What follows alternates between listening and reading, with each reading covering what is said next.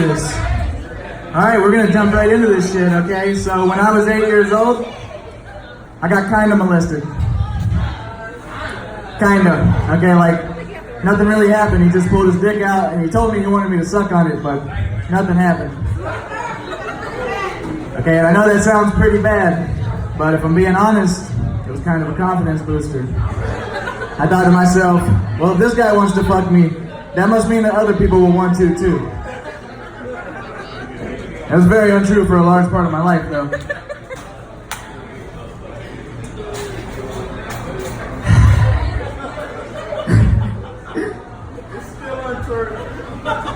Yeah, only one person wants to fuck me. At least she said so, I don't know. But... Poor Rachel. So, I never understood the concept of a Coke meal. You know, you roll one meal out longer than all the others. And I'm really confused because Coke comes in bottles and cans. What kind of fucking maniac uses their nail to drink it?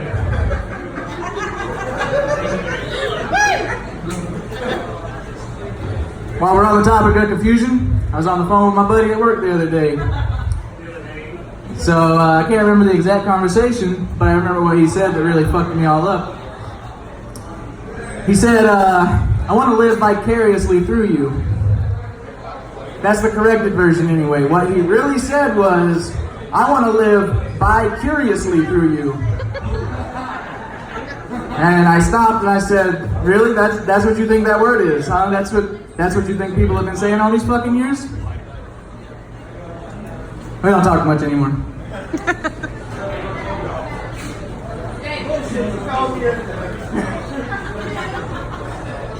Okay, we can be bi-curious together if you want, Jamie. But nobody else, just you. Anybody got kids in here? Yeah. Hell no. Kids are great. That's what people always tell me, you know.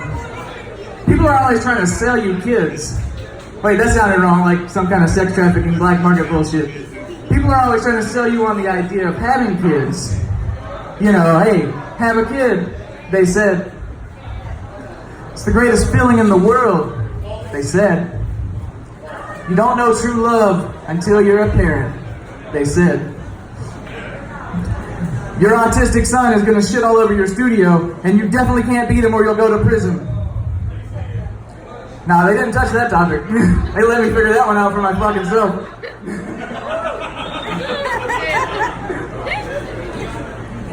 You know, the kids, they really are pretty great, man.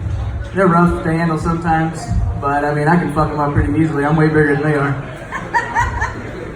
But kids are pretty funny, and they don't even try to be.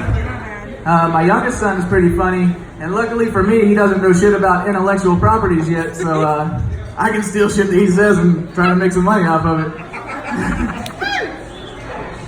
Like, one day my youngest son, he was sitting in my wife's lap. All of a sudden, he starts scratching his nuts. A few seconds later, he looks up at my wife and says, "Mommy, why is my wee-wee standing up?" My wife goes, what? What did you just say? So he repeats the question. She stumbles around trying to find an answer for him. She lands on, well, sometimes when you touch it, it just wants to be touched some more. So he replies with, when I get older, will it stand up really tall? So I jump in like, not if you're my kid.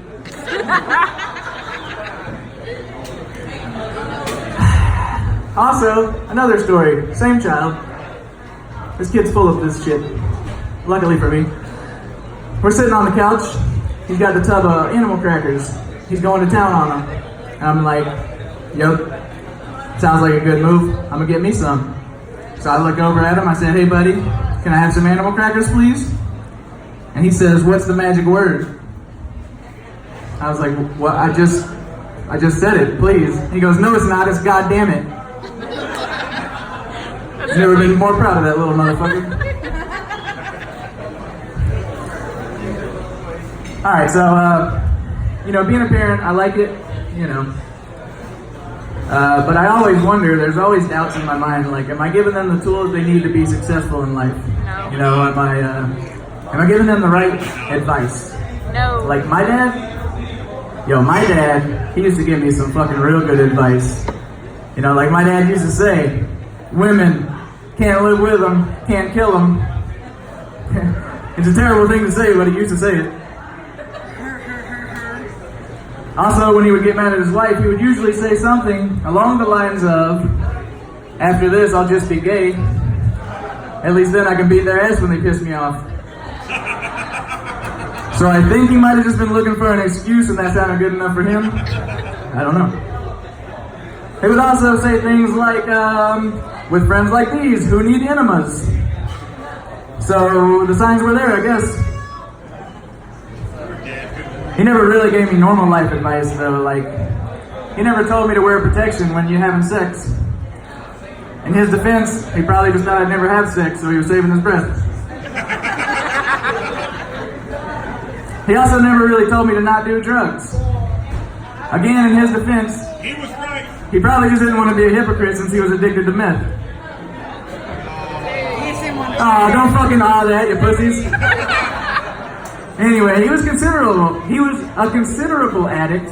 I've heard tons of stories from old friends about their parents doing drugs right around them, making them do drugs with them. None of that. My dad, stand-up guy. Him and his wife locked themselves in the bedrooms for hours and leave me all by myself. You guys didn't fucking awe that one? What the fuck? Fuck you guys. Alright, but anyway, in all seriousness, I was being a little too generous saying my dad didn't want to be a hypocrite. Because when I was 13, I was going to kill myself. I went to the mental hospital and all that. When I got back home from there, my dad and I had a conversation. It went like this. My dad said, "What the hell you want to do that crazy ass shit for?" And then 4 years later, he killed himself. So that was kind of a dick move. Fucking hypocrite!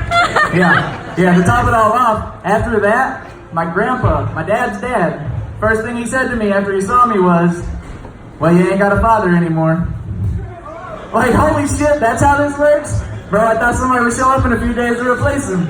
This really fucking sucks now. Thanks, Papa. God damn it. Hey man, I really appreciate y'all for being out here tonight. Thank you for giving us your time. Hope y'all are having a great night. Trey, let's keep this train a rolling.